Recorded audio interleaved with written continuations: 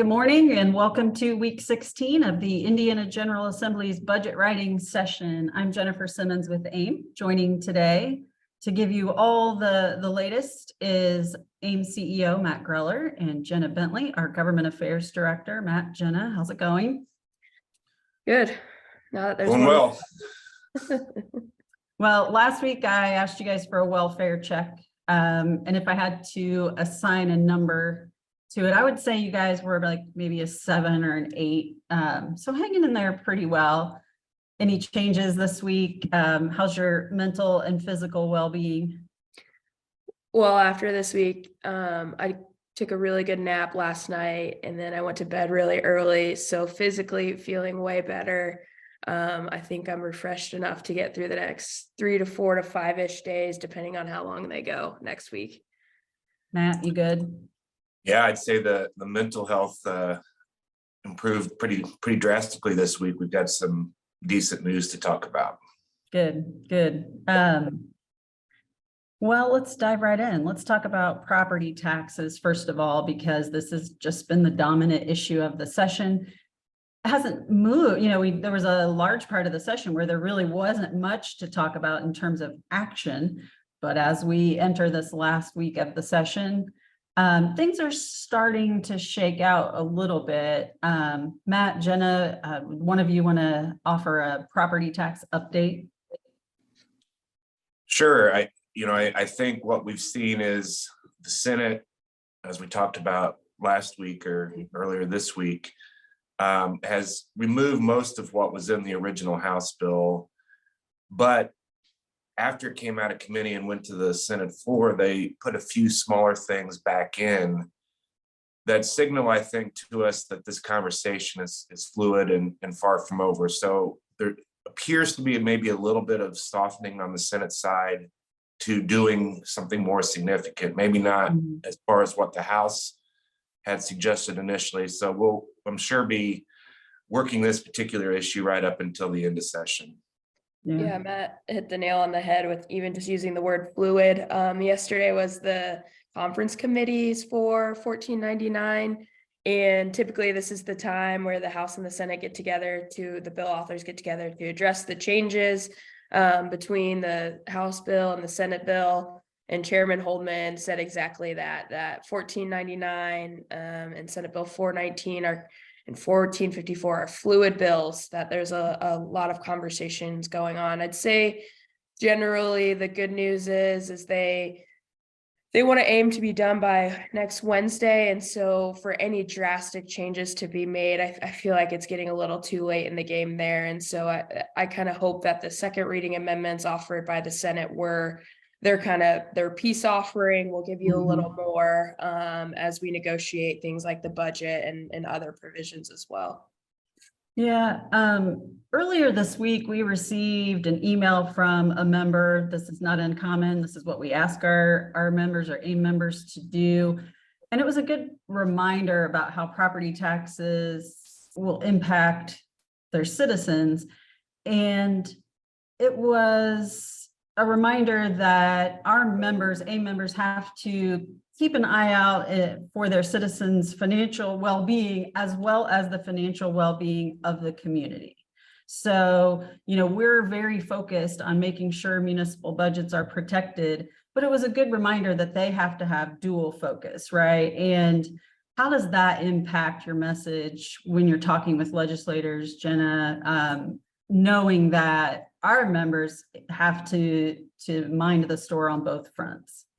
It honestly aligns with our message pretty well on property taxes. We've acknowledged that, there are large increases, and I know the General Assembly has an appetite to provide some type of relief, but let it be targeted relief. And so that's why even the provision going in that allows more flexibility for counties to decide to provide relief, or Senate Bill 45, which deals with the over 65 circuit breaker tax credit, which is another local option. Those are the types of things we've wanted to see and advocate for, that, it's not a mandate that we cut property taxes by a certain amount and then we're left to figure out our budgets, but rather it can be a conversation at the local level, is really what we've been pushing all along all session. All right. Another homeowner related bill or issue, I guess, that we've talked about a few times this session. Jenna, I think this week you called it stinky, which was perfect. What's going on with the septic issues we've been talking about? Yeah, so there were two septic bills moving from the House, 1647 and 1402. 1647 was the septic bill that in conference committee became an alcohol bill. But we learned yesterday the language that was in that bill is being moved over to House Bill 1402. And so essentially the status of 1402 is that any local ordinances on septic alone, anything that the Department of Health already regulates, will have to be reviewed by this technical review panel, which is under the Department of Health. It's appointed by the governor. The bill author, Representative Pressel, thinks there needs to be just kind of a statewide reset on these septic ordinances. And then language from 1647 is going into that bill. At first, very concerning language that only required kind of one professional sign off on septic inspections. It's going to go back to you need 3 different professionals to sign off on it. That was really troublesome to the Department of Health and AIC, who's been working with their local health departments as well. So, you know, it's still unfortunately a step toward making it more common to have septic. I think it still fits into our long-term conversation we need to have with utilities and environmental affairs committees about moving more towards sewer. I think that was the stated goal of the wastewater task force, and just kind of seeing this legislation move is contrary to many of those discussions. Yeah, sounds like a step backwards. All right, let's see. Last week, I think we discussed some proposed changes for hospitals in terms of their property tax liability. And it's contrary to, I think, what most people believe. Not all hospitals are nonprofit entities, and not all of the facilities operated by nonprofit hospitals are tax exempt.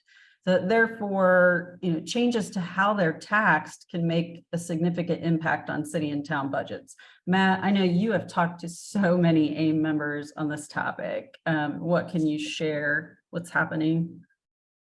So some language was added into the DLGF bill that has become, like almost every year, a Christmas tree of sorts, with all sorts of different topics and pieces in it.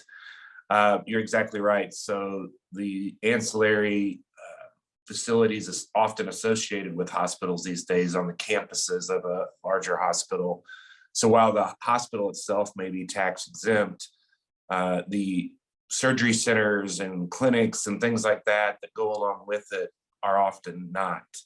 And they're taxed currently at the 3% property tax cap level.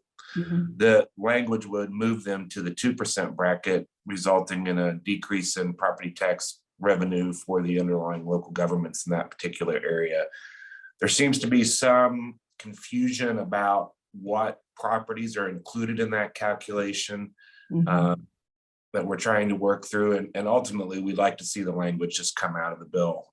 It's we think, a significant change and could be a significant revenue loss to cities and towns in our case. So where is, Jenna or Matt, where is the bill right now? So in the negotiating phase, but what needs to happen this week, Jenna? Where is it in the process?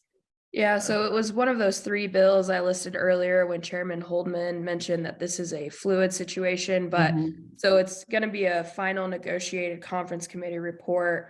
We have talked to Representative Snow, who is the bill author of 1454, where the language is currently, and Matt said it exactly right. The fiscal from the Indiana General Assembly says this would only be a $700,000 to $900,000 hit. So we've been making the case to Representative Snow and Senator Bassler, who's the Senate sponsor, and just fiscal staff, that this isn't right. This isn't comprehensive. And it is the Department of Local Government Finances bill. So we've been sharing data with them. So I think kind of in terms of process, we've just been trying to equip as many many people with as much information on where we think that discrepancy is. So I think so far the signs point to this language being removed, but if you are a municipality with a hospital in your community, I wouldn't be afraid to reach out to your legislator and make sure that they're aware of this issue, just to keep that pressure on. Mhm. Right. I don't want to be too repetitive of things we're covering in the written legislative summary today, but there are a couple of things I think worth mentioning again. House Bill 1016, which didn't impact all AIM members, but it did set a fairly concerning precedent of eroding local decision-making. It appears that that bill is dead. That issue is likely dead for this session. Jenna, nice work by you and your team. Do you want to offer a quick update? Yeah, it's been a little bit of a roller coaster. I appreciate there have been many municipal members who would have been impacted who reached out to their legislators. So this was a bill that got taken to conference committee. The conference committee was earlier this week, where it was stated that the conference committee report would take the bill back to its original version, which opts in a number of communities into automatically having a merit system.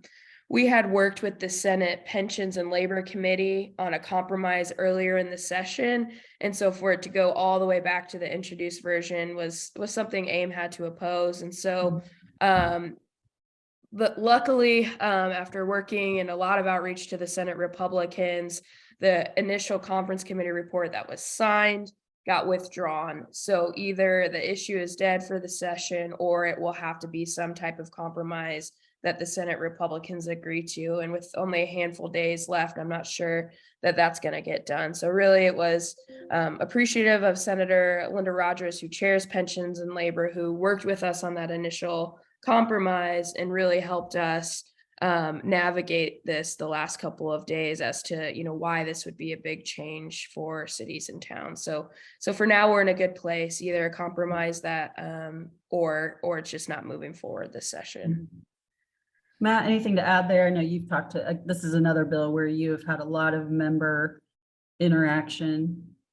Yeah, Jenna said it perfectly, and you did earlier as well. It sets a really concerning precedent of giving a voice to employees of a municipality who may or may not even live within the corporate boundaries of that community. So the work done here was really good by the membership. We had a lot of individuals that would have been impacted reach out to legislators, and I'm sure it's an issue that's going to come back next year or something like it. So we're not done by any means with the topic yet, but looking good, at least for this session. There's two quick things I want to talk about that are included in the state's biennium budget. First being READY, although not called READY anymore at this point.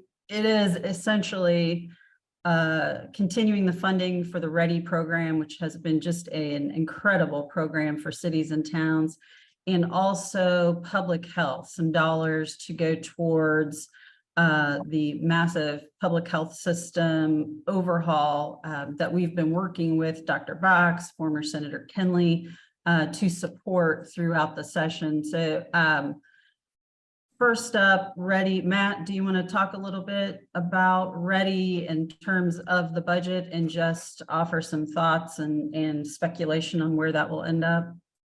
It looks very, very promising. All versions of the budget that have been debated so far this session have included the $500 million for what I'm guessing will become READY 2.0 again after they're done with final discussions on the budget, which is a great signal for us that the state of Indiana and the governor and the legislature are willing to make that kind of investment in quality of place type projects that'll be happening all over the state. We talk about this a lot at national meetings with our counterparts, and there's often disbelief that we have that here in Indiana, and a little bit of jealousy, which is great. So it's a fantastic program. It looks like it'll be all state dollars this time, no federal money, which hampered a little bit of its utilization last time around.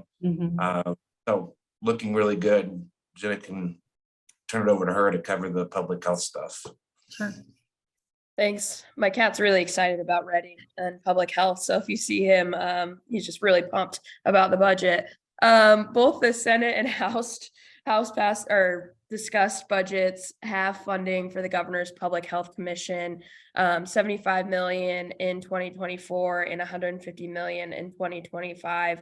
Not the initial ask made by the Public Health Commission, but a step in the right direction. And there was a lot of back and forth about the structure of how this money would be distributed, but ultimately I think it landed in a fair space that public health departments will be able to start and really plan for programming at the local level as opposed to through providers. While there will be some requirements that they work with providers, ultimately the public health departments will be in the driver's seat, which is helpful, and we're grateful to have more municipal input on public health boards as well. So all in all, I'd say good news. Credit to the Department of Health and Dr. Box and Senator Kenley for navigating the ups and downs of this conversation all session.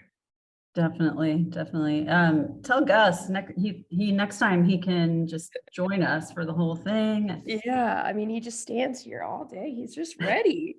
He's missed you all week. True. Well, let's really quickly talk about transportation dollars. That's a discussion I think that is going to be big in the off session, Jenna, from what it sounds like. We've touched on it. We've been a little concerned about that this year, ensuring that those transportation dollars stay in place, that they are not eroded in any way. Some concern about the funding formula. What do you want to say about the off session regarding transportation?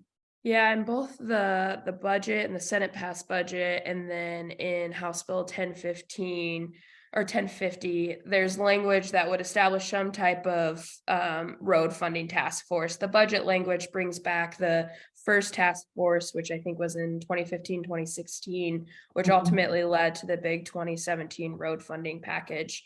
And so ultimately where legislators are at is, let's not make any big sweeping changes this session, but we have to take a look at things like how are electric vehicles entering the market changing, where those dollars should be allocated. Right now, those dollars go to local roads and streets, but as they become a bigger piece of the pie, NDOT's going to want to take a look at that. And then the balance of community crossings and where those dollars are distributed.